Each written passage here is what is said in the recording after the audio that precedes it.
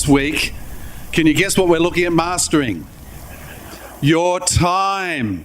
I might as well put a mirror here and preach to myself, because this is something. Does anybody here struggle with time management? Oh yeah. But I think the Lord has a few things to say about this. This will be one of the single biggest challenges for myself personally, and especially since I took on the church here at Ignite. It seems like time is at a premium, and part of the problem for most of us is that we don't actually plan or manage our time. We just slide into this maelstrom that is time and commitments, without a plan, without a safeguard, and basically without a clue. Yes. Yet time is like money. It can be managed, it can be invested wisely or foolishly. So imagine, if you will, that you had a bank that was going to put into your account $84,600 a day. But at the end of the day, it took whatever was left back and you didn't have it. Would that be cool? What would you do all day? Spend. Am I right?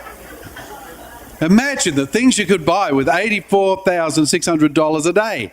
You would spend, you would give it away, you would go crazy. But time is like that. The Bank of Time, 86,400 seconds are invested every morning, but there's no rollover to the next day.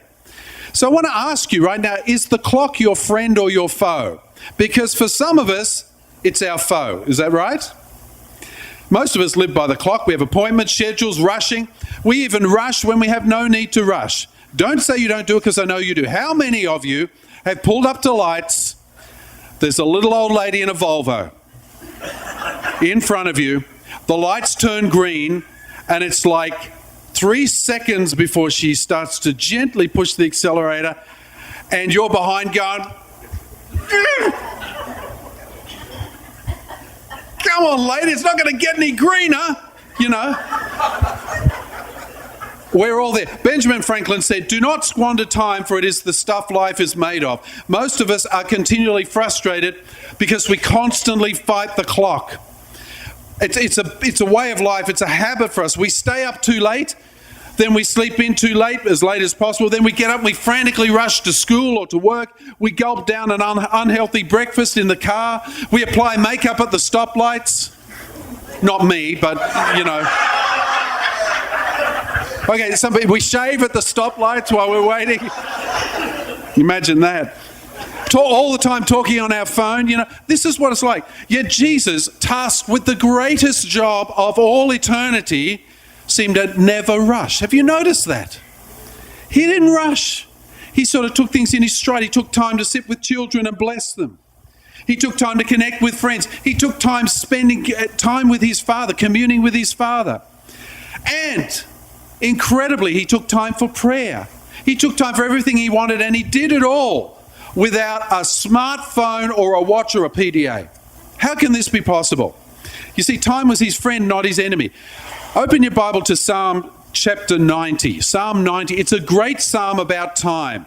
And I just want to highlight a few verses going through here. Verses 4, 10, and 12. It's a great psalm about time. Look at verse 4. For 1,000 years in your sight are but as yesterday when it has passed, or like a watch in the night. So 1,000 years is like a day in the sight of the Lord. That's a scary, scary verse right there. I heard about a man who was speaking to God, and he said to the Lord, God, is it true that to you 1,000 years is like a day? And the Lord said, well, yes. He said, well, is it true to you, Lord, that $1 million is like a penny? Yes, said the Lord. Well, says the guy, I'm a poor man, and I was wondering if you could give me a penny. Sure, said the Lord, in a minute. So this is what time is like. It's different perspective from the Lord's perspective. Look at verse 10. The years of our life are 70, or by reason of strength 80, yet their span is but toil and trouble, and they are soon gone, we fly away. 70 or 80 years goes like that. How many of you know that? I was looking at my wedding photo the other day. I can't believe how young I once was. I was like a child getting married. Well, this is ridiculous. And now here I am all these years later. Look at verse 12. Teach us to number our days that we might get a heart of wisdom. You see, God is the God of all eternity. He's the God who is beyond time and space. And I believe he has something to teach us about time, don't you? So we looked last week at mastering your past. This week I want to look at this terribly sensitive area for many of us of mastering our time. And this is something I personally struggle with. So time, T-I-M-E, T is for treasure. Time is precious. How many of you know that? You can be the richest guy in the world, but when you're out of time, it doesn't matter how rich you are. Time is precious. It's more valuable than money. How valuable? You should treasure every moment you have. You see, yesterday is history, tomorrow's a mystery, today is a gift. That's why it's called the present. It's God's gift to us today. A.W. Tozer wrote this about time. He said, time is a resource that is non-renewable and non-transferable. You cannot store it up, slow it down, hold it up, divide it, or give it up. You can't hoard it up and save it for a rainy day. When it is lost, it is unrecoverable. When you kill time, remember it has no resurrection. How many of you have used the term killing time? I'm just killing time. When you kill it, it stays dead. You don't get it back. It never comes back. You can lose money and regain it. You can make more money, but you cannot make more time. You can't rewind time and do it again. You can't replay it and do it more effectively. How many of you, if you could replay certain aspects of your life, would have done it differently? But you don't have that luxury. You can't hit a rewind button and go back and redo it. When it's gone, it's gone. It's so precious. Yet we often squander this precious resource and let it slip through our fingers like sand. We invest our time in the wrong things, things that ultimately do not matter. Matthew 6 says this famously. Jesus said, Matthew 6 verse 19 to 21, do not lay up for yourselves treasures on earth where moth and rust destroy and where thieves break in and steal, but lay up for yourselves treasures in what? Heaven, where moth and rust do not destroy, and where thieves do not break in and steal, for where your treasure is, there your heart will be also. Ouch. If we really treasure our time, we will invest it into the things that really matter. You know, years ago, I'm going to show my age here, a song came out called Cats in the Cradle. Do you know that song? You know, when you're coming home, Dad, I don't know when, but we'll get together then. Remember that song? It was written by a guy called Harry Chapin. And it talks about a man who never had time for his son. Then when he grew up, he found his son never had time for him. Some of you here may have experienced that. So you might have heard the song, but let me give you the rest of the story. Harry Chapin's wife, Sandy, actually wrote the words to that song after their son, Josh, was born. And it kind of became a self-fulfilling prophecy. When their son was 7, Harry was performing 200 concerts a year. And Sandy, his wife, came to him and said, Harry, when are you going to spend time with your son? And Harry promised to spend time at the end of the summer when his touring season was over. But he never made it. That summer, a truck hit his Volkswagen Bug and he was killed. Time is precious. So that's the first thing. Time is treasured. The second thing, I is for invest. You can't save time, you can only invest it. You see, time is more valuable than money. But it's like money in that it can be spent and it can be invested. It's different from money, though, because you can't save it. If you don't use your time, you lose it. Here's another thing to show how time is getting on with me. Who remembers a singer called Jim Croce? Remember him? He had a song called Time in a Bottle. Have you ever heard that song? Beautiful song. The words say this: if I could save time in a bottle, the first thing that I'd like to do is to save every day till eternity passes away, just to spend them with you. You know that song? Beautiful song. But they're great lyrics, but it's not true. You can't save time in a bottle. In fact, a few months after Jim Croce wrote this song, he was tragically killed in a plane crash at the age of only 30. He couldn't save his time in a bottle. He wrote about it. He wished for it, but he couldn't save time in a bottle. Where you invest your time reveals what is important to you. There are, you can count them if you like, but I'll tell you, 168 hours in each week. Did you know that? Some of you would have. The average person spends about, if you divide it all up, 56 hours sleeping. I think I spend less than that. You know, maybe, anyway. Teenagers spend 80. 56 hours on average sleeping, 24 hours eating. We should cut that one down. and personal hygiene, and 50 of those hours working or travelling to and from work. That means for the average person, there is only 35 hours a week of discretionary time. That is time when you're not doing things that you have to do. So it's about 5 hours a day. So what are you investing your 5 hours a day in? Now, if I were to follow you with a sort of a drone circling you, that's very modern, drones can do that, and we filmed you all day. If I were to follow you, I could tell you what's the most important thing in your life by the amount of time you invest in it. Now, you may not like it and you may not agree with it, but it would be a fact.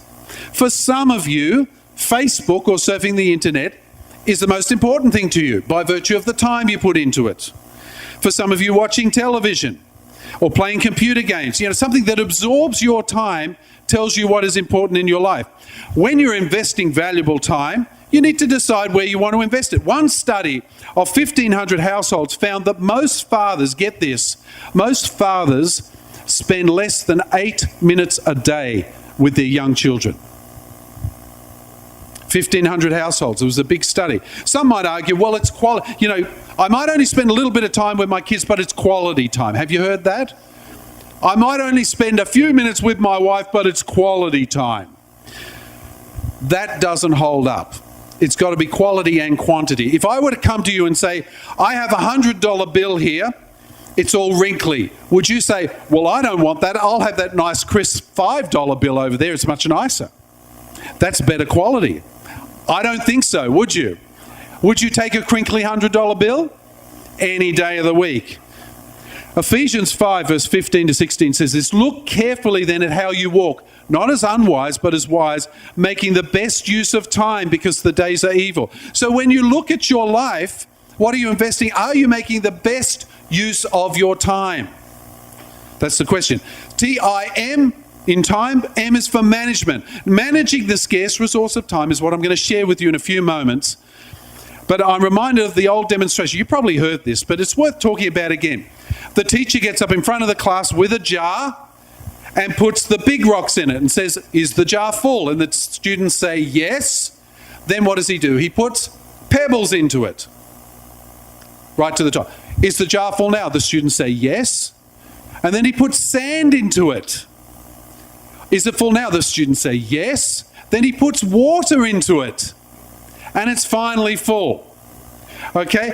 And he says to the students, what can you understand from this demonstration? One student says, you should put more and more things in your life. That's not the illustration. Okay? What he's saying is you put the big rocks in first. If you put all the sand in first, you've got no room left for big rocks. If you fill your life with the little, inane, unimportant things, you have no room left for the important things. That's what he's saying. We should put the big rocks in first, the important things in first. And when you look at your schedule, you should keep that in mind. Put the important things in first. Otherwise, you will run out of time to do that which is important. Stephen Covey, who wrote The 7 Habits of Highly Effective People, he said this, the challenge is not to manage time, the challenge is to manage ourselves. Isn't that true? Because it doesn't matter how many hours you get. I tell you, if days were 48 hours in length, I would fill them all. The same as I fill 24. I would fill them to the brim. Everybody on earth gets the same amount of time. You might say, well, they're doing much better and much more successful in their life because they get more time than I do. No, they don't. We all get 24 hours a day. 7 days a week, 365 days a year. You can't add to time, you can't slow it down or have it again. You need to manage yourself to maximize the opportunity that your limited time offers you. Put the important things in first, and trust me, as I said last week about your past, if you don't manage time, it will manage you. Is that true? Did you see Sam up here a few moments ago? She's not managing time, time was managing her. And the last one, T-I-M-E, is for enjoy. James 4 verse 14 says this, yet you do not know what tomorrow will bring in life. What is your life for you but a mist that appears for a little while and then vanishes? You see, our life is fleeting. How many of you know that? Our life comes and goes just like that. It's fleeting. And if we don't invest in the right things, we've wasted our life. But we still need to have time to enjoy things. There's work to be done. There's souls to be saved. There's ministry to be had. Don't waste your life being miserable. You can enjoy the journey, not just the destination. That's what it's like with time. Does anybody here enjoy work? I do. Lots of different sorts of work. So work's not bad. It's about your mental capacity, how you approach that. Is it going to be enjoyable or is it not? You need to get a bit of fun out of life. How many of you know that? Do we need more fun in our life? I think we do. Even work can be fun. When you're within your ministry gifting, you enjoy life so much more. In fact, one of the reasons that our church here at Ignite is so happy is that for the most part, people are doing stuff they like. And if you do stuff you like, is it easy to do? Yes, because you enjoy it. If you do stuff it's hate, you go, I'll just do something else while I'm getting to that. And then eventually you hope you never have to get to that. So that's what we're talking about in 101 after the service. We're giving an introduction to our church and the different areas of the church. So if you want to get to know our church and what's going on and where you might possibly fit, book in for that. But it's important to stay happy when you're serving the Lord. And do it with people you love. Sometimes you can do a job you like with people you don't like, and then it's miserable, isn't it? I try and make everything fun. There are some things you just don't enjoy. I understand that, but that's life. But you make sure you build in fun things around this. You know, do things that are fun with the family especially. Now, when my kids were younger, they used to not like cleaning up. Does anybody here's kids not like cleaning up? You know, like, no problem making mess. They were really good at that. But then we say, okay, we need to clean it up. It was whinging, crying, carrying on, you know, holding knives to my throat. Don't do it, Dad. It was pretty dramatic. So I came up with this crazy idea. And what I did was, when Mum was out of the house, I didn't want her to really know about this, I'd put the stereo on really loud and we'd have a rock and roll cleanup. What we call a rock and roll cleanup. So while they're picking things up, they kind of got a groove over there. So you got kids picking, I'm going to pick this up, yeah. And they're kind of, yeah. And they had a ball. And even today, my kids talk about rock and roll cleanups because they were so much fun. So we took a task that was miserable and they didn't want to do, was horrible, and we made it fun. That's what church should be like. I'm sick of people being miserable in church. Some people come to church, looks like you've been baptized in lemon juice. You know, get excited. It's fun. Church has got to be fun. I don't want to be the only one having fun at church. So I work hard, as you probably know, in my secular job and also as the pastor of this church. But I'm trying to build in time with people. I'm trying to manage my time doing things that are fun with people that I love. To this end, my wife has forced me to buy a caravan, and I'm actually starting to like it. You know, I mentioned a little while ago, I'll tell you again what it's like. We go out to camp, we set up the caravan and we sit there. And we sit in a chair.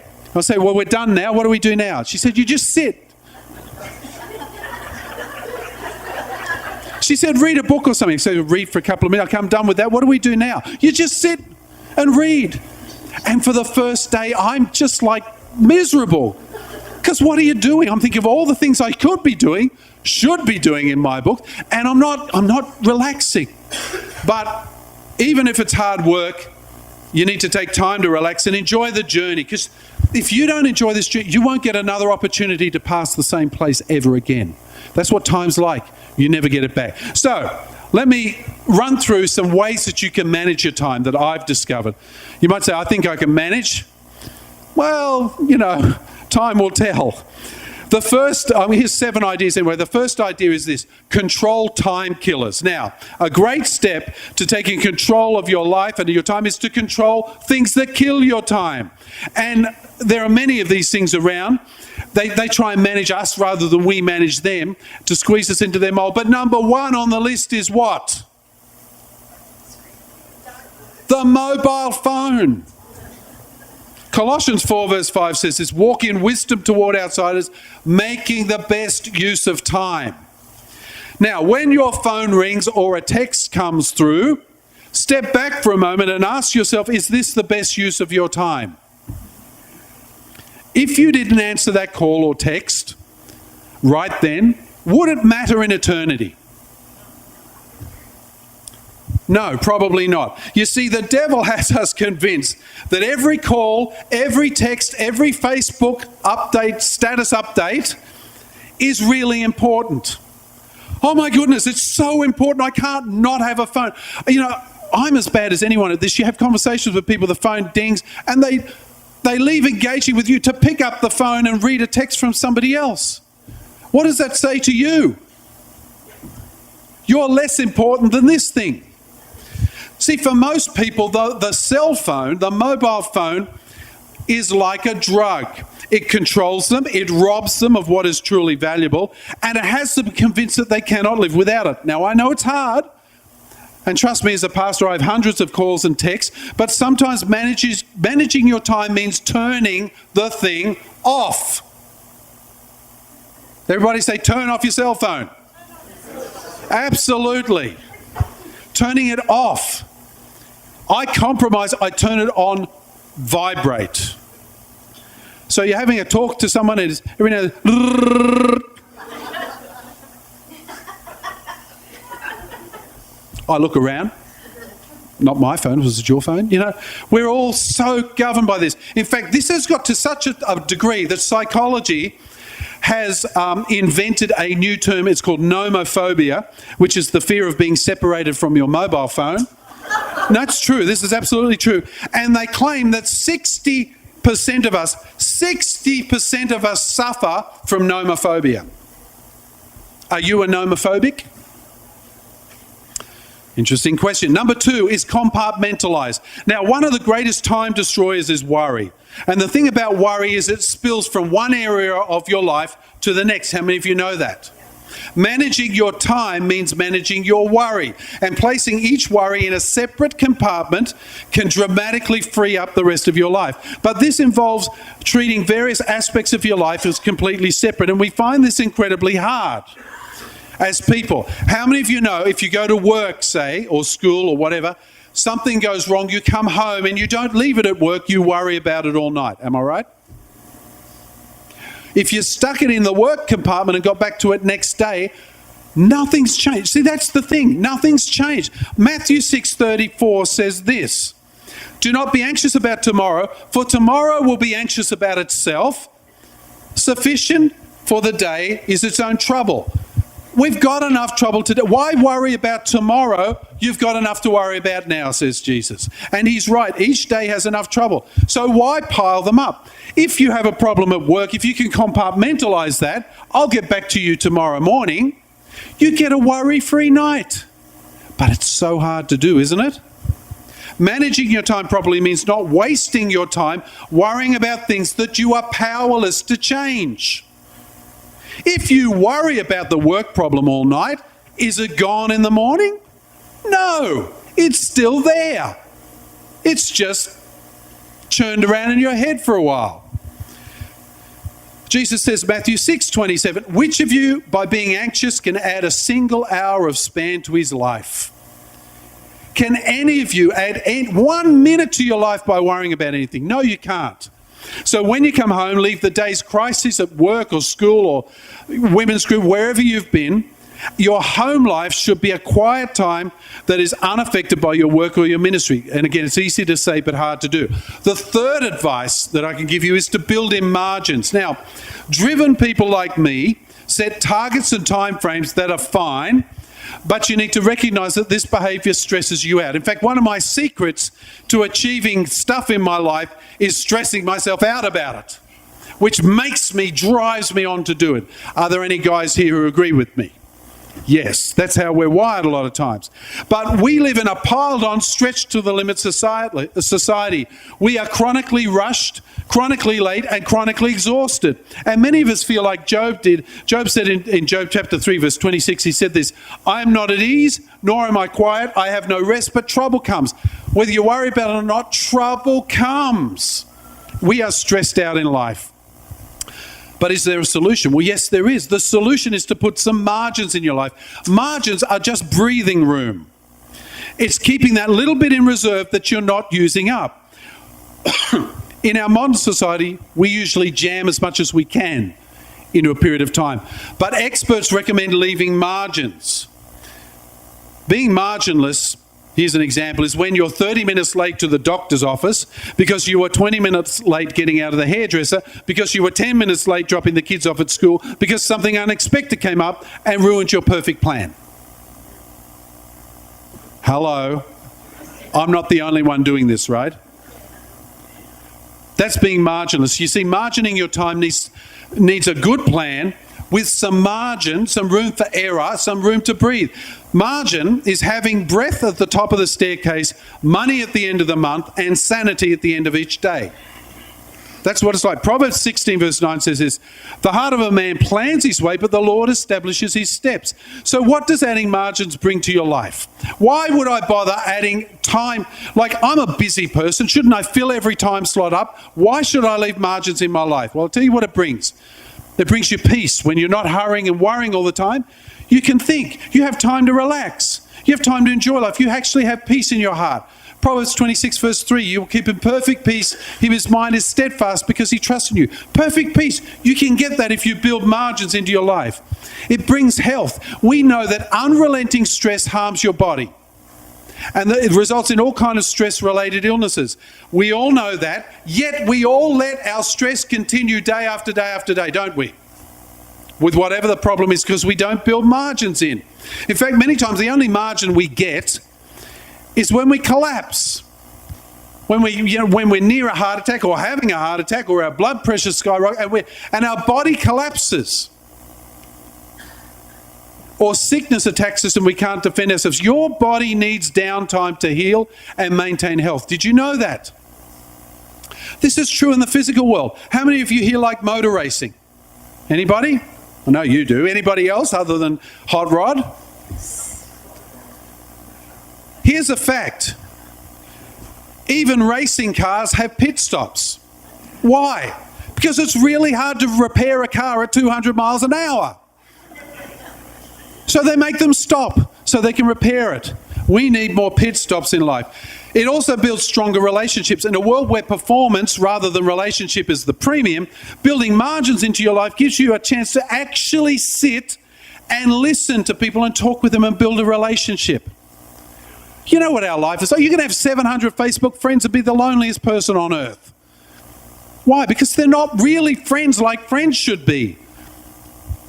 We don't build the right margins into our life. It also increases your usefulness in ministry. When everything is a rush, you only think about yourself, your next activity, just getting through the day. You're unavailable to God and you're not free to follow. If he wants to lead you in a different way, most of us have no time to let him lead us. Is that true? That's why I like flying places, because I get to sit beside people and I get to share the gospel with people. Don't sit next to me if you don't love Jesus. I should have a sign up. Don't sit next to me if you don't. Because I'm going to, somewhere along the line, I'm going to share the gospel with you. Because I'm trapped in a metal tube for hours with you beside me. But that's the only time I stop many times to actually think about that. So building margins in your life not only lowers your stress, helps you to connect with others, and opens ways that God can lead you in a way you don't expect. Don't cram so much into your busy life. Place margins in your life. The fourth thing is to prioritize. When you're not managing your time properly, you get deflected from doing what is important in the long run to doing what is urgent, what people are complaining about, or what the current crisis demands.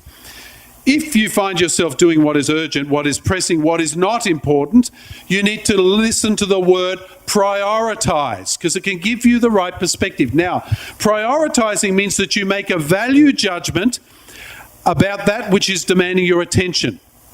So what criteria would you judge this on? Matthew 6:31 to 33 spells this out beautifully. Jesus says this. Listen to what he says.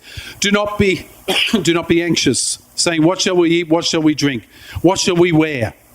That's the things that fill our mind. What should we do? What should we wear? Where should we go? You know, for the Gentiles seek after these things, and your heavenly Father knows you need them all. But seek first his kingdom and his righteousness, and all these things are given to you as well. What's the Lord saying? He's saying priorities must be based on God's agenda, not ours. Ask yourself, is this task important? Or is it just demanding? Is it eternal or just temporal? Is it the Lord, or is it just pressure somebody's bringing to bear? Now, I know that something that is not really important in eternity sort of stresses me out as I try and do it all the time. But if I know that something is not important in eternity, I can breathe easy and take a few moments because it's not that important. Think about the things that you invest your time in. In 1 year, are they going to be really important? 1 year. In 10 years, do you think they'll be... Some of the things we get so stressed out about, so angry about, we get absolutely crazy angry about something that's done to us. In a week, we've forgotten it. Yet we react so strongly towards it. So prioritize. Find what's important in eternity. Don't win the world and lose your soul. The fifth thing is to program breaks. Now, this has taken me a long time to figure this out. I'm probably not as bright as some of you, but this took me a long while to figure out. You need breaks. I need breaks. A driven person like me needs to recognize it's okay to take a break. Psalm 23. Who loves Psalm 23? Right? Verses 1 through 3 says this. The Lord is my shepherd, I shall not want. He makes me lie down in green pastures. He leads me beside still waters. He restores my soul. He leads me in the paths of righteousness for his name's sake. Sitting by the still waters restores your soul. Come ye apart or come ye apart. If you don't, you will. Some of us, myself included, need to take time to sit by the still waters and invest our time sitting by the still waters. Is that true? I don't want to be there. I would rather that you gave me a canoe and a paddle and I shot the rapids for a couple of hours than sit beside the still waters. But shooting rapids might be fun and it might be adrenaline pumping and it might be thrilling, but it does not charge your batteries again. It does not let the adrenaline subside. My problem, for many of you I bet it is as well, is that I feel guilty when I take time off. Is there anybody here like that? I sometimes feel guilty when I take time off. But the Lord is teaching me via the medium of a wife and a caravan that it's okay to take a break. It's okay to take a break. God doesn't fall off his throne if my cell phone's turned off. It's okay to take a break. I'm reminded of the story of the woodcutter. He was hired to fell trees. First day, the boss gave him an axe and the woodcutter brought down 18 trees. Excellent job. The boss was impressed. Said, keep going. Motivated by the boss's words, the woodcutter tried harder the next day.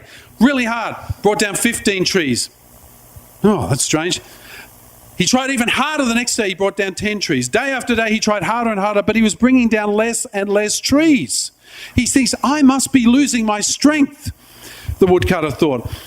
He went to the boss and he apologized. Look, boss, I'm sorry. I don't know what's going on, but I'm trying my hardest. I'm bringing down less and less trees. And the boss, of course, said to him, when was the last time you sharpened your axe? And the woodcutter said, sharpen? I have no time to sharpen my axe. I'm busy cutting down trees.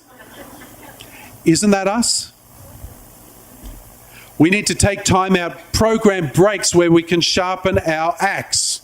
Ecclesiastes 10:10 says this, really interesting. It says, if the iron, the word is interchangeable, iron and axe. Listen to what it says. If the iron is blunt and one does not sharpen the edge, he must use more strength. But wisdom helps one to succeed. Before that woodcutter story, Solomon had it picked in Ecclesiastes, word for word almost. Sharpen the axe. So time off sharpens your axe. So don't be afraid to take breaks and to recharge. The sixth thing is to balance your life. Life comes in seasons, and managing your time means embracing the seasons of life. Ecclesiastes 3. I love Ecclesiastes 3.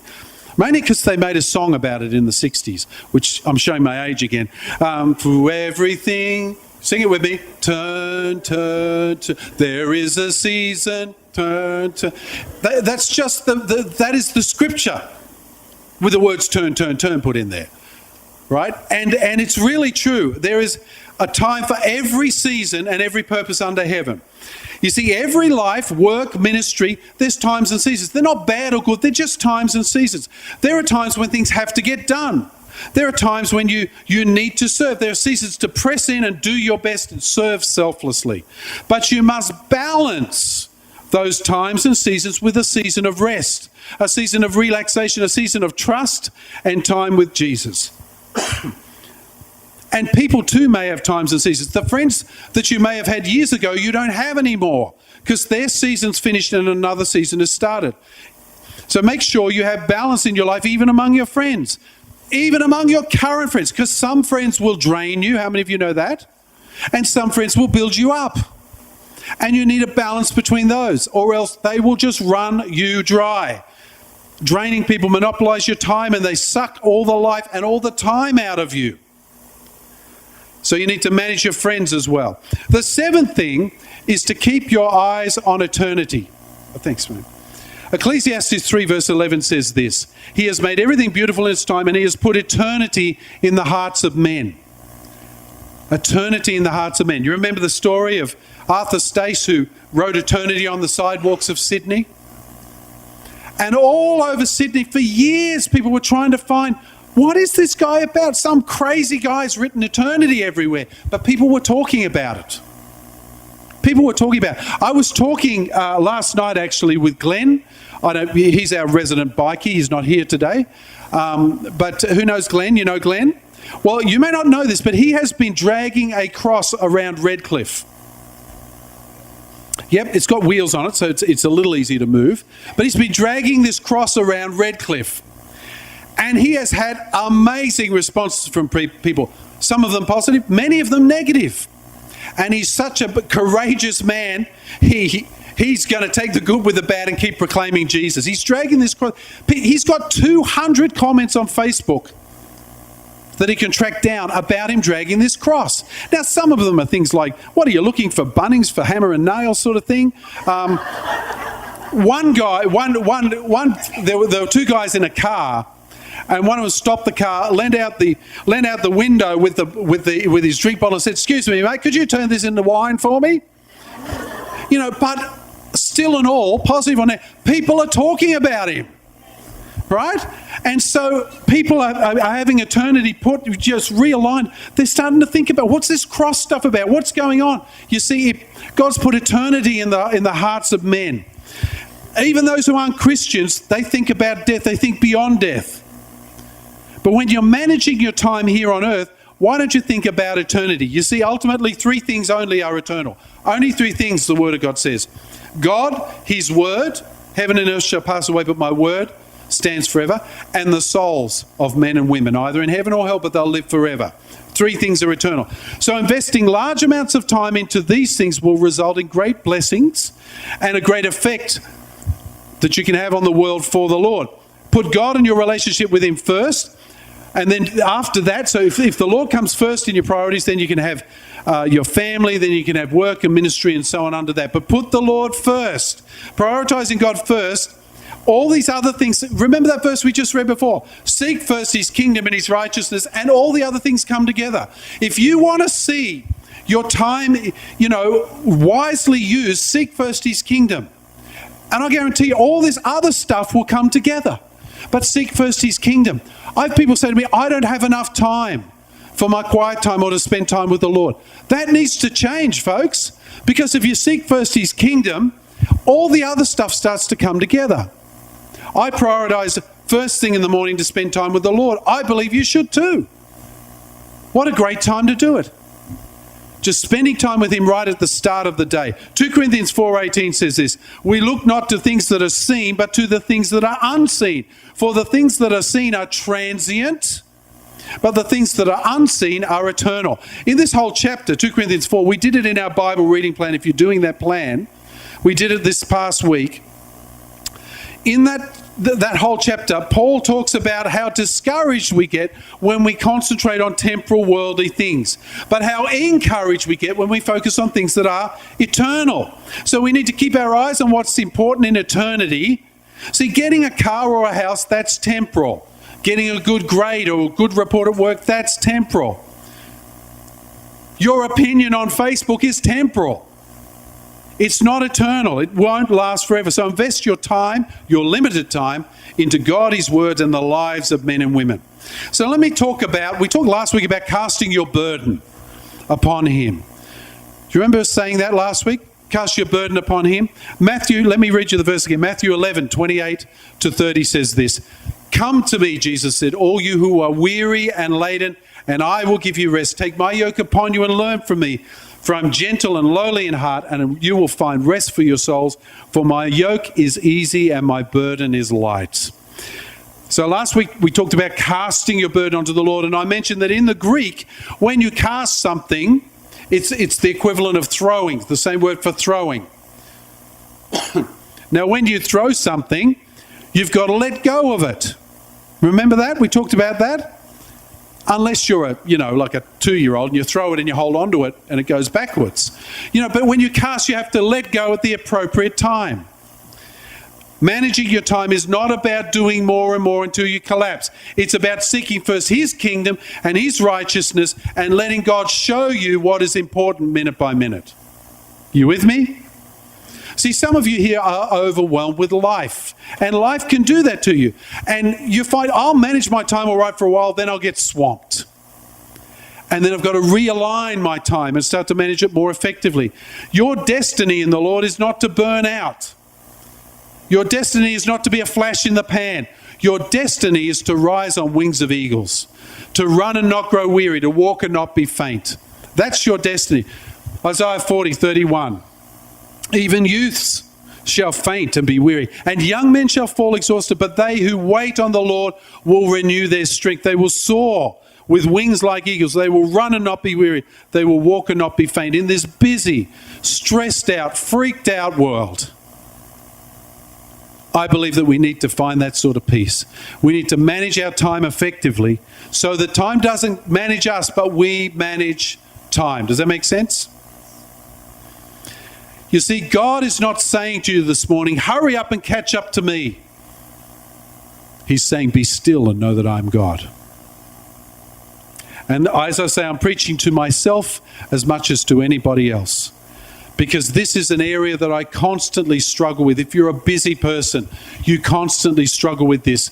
But I believe it's time for us to look at our time management and realign our times and seek first His kingdom and His righteousness, so that all the other things come together as well. Would you bow your heads? Lord, you're speaking to us this morning about our time. And I pray, Lord, that you would just shine your light into our hearts. Your word says, search me, O God, and know my heart. Test me and know my anxious thoughts. See if there be any offensive way in me and lead me in the way everlasting. Lord, right now for a few moments, I ask for you to shine your light into our lives, to search us, to know us on how we manage our time. Are we being overwhelmed? Are we being swamped? Does life happen around us at a pace, or are we able to make time for what's important, to put the big rocks in first? I'd ask you to take a few moments right now, search your heart. What are you like with time management? What are you like in doing the things that are important? Because there is only God, His word, and the souls of men and women that will last forever.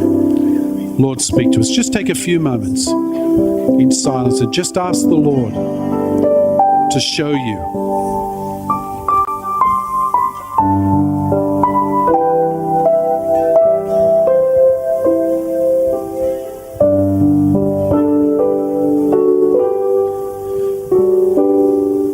Some of you here will be like me. You struggle to manage your time effectively. You look at each day and see so many opportunities gone and wasted. So many times I've done the pressing thing, not the important thing. If that's you, I'm going to say a prayer, and together we are going to believe the Lord that as we put Him first in our life, that He will begin to show us how to manage all of our life. If you struggle with time as I do, I'm going to say these words. I'm going to ask you to pray them after me. Say this. Lord Jesus, I know that I struggle to manage my time and to do what's really important. But right now, Lord Jesus, I recommit to you. I place my entire life in your hands. Every moment of every day is yours. And Lord, I promise to seek you, to seek your kingdom and your righteousness, to make the time to spend with you. And Lord, I ask you to show me how to divide the rest of my time up.